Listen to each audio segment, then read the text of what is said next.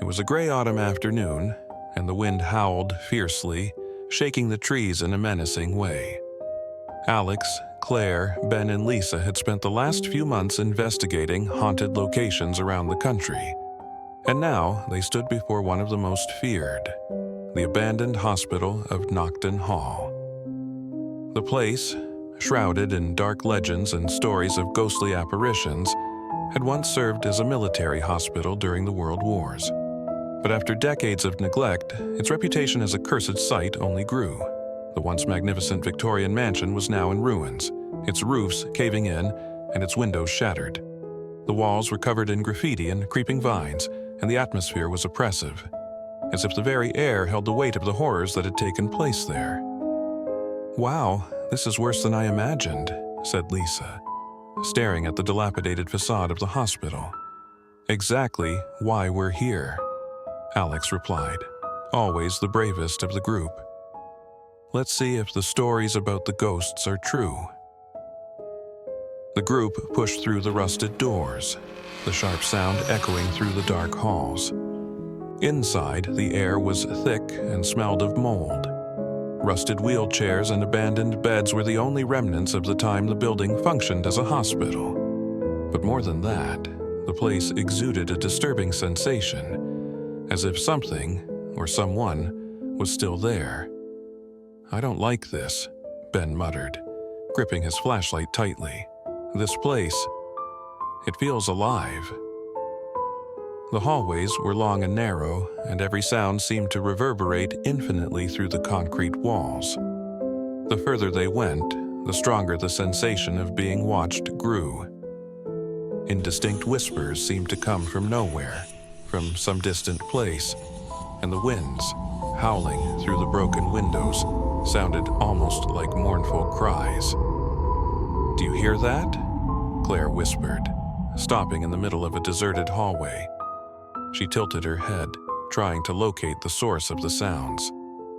"Echoes," said Alex, trying to stay calm. But even he knew it wasn't just the wind.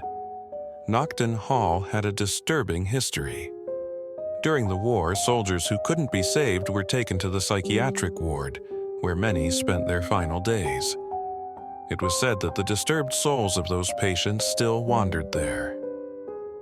Intrigued, the group made their way to the corridor that led to the infamous ward. When they arrived, the rusted sign on the door was still visible: Psychiatric Ward.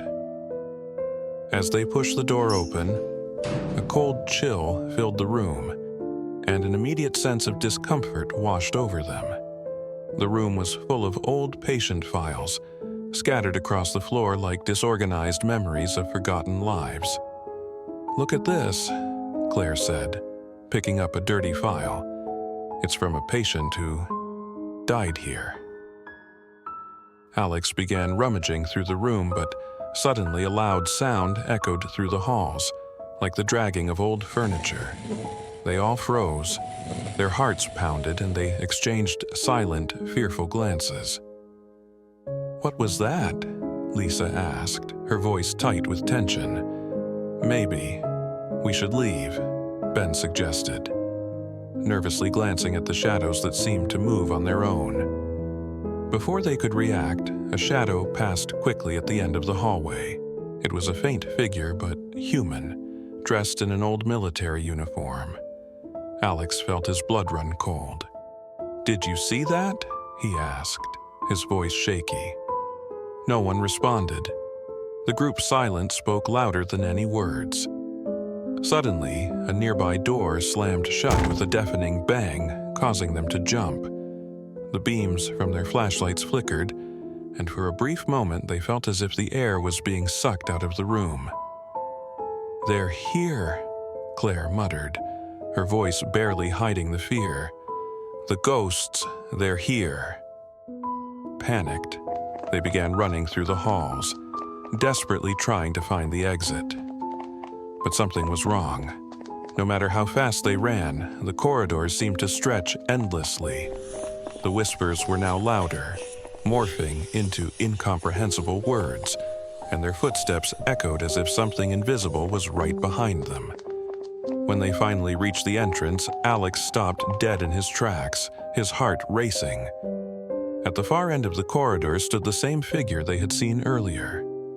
It was a pale man, with a vacant stare, dressed in a soldier's uniform, watching them silently as they approached. "He's watching us," Ben whispered.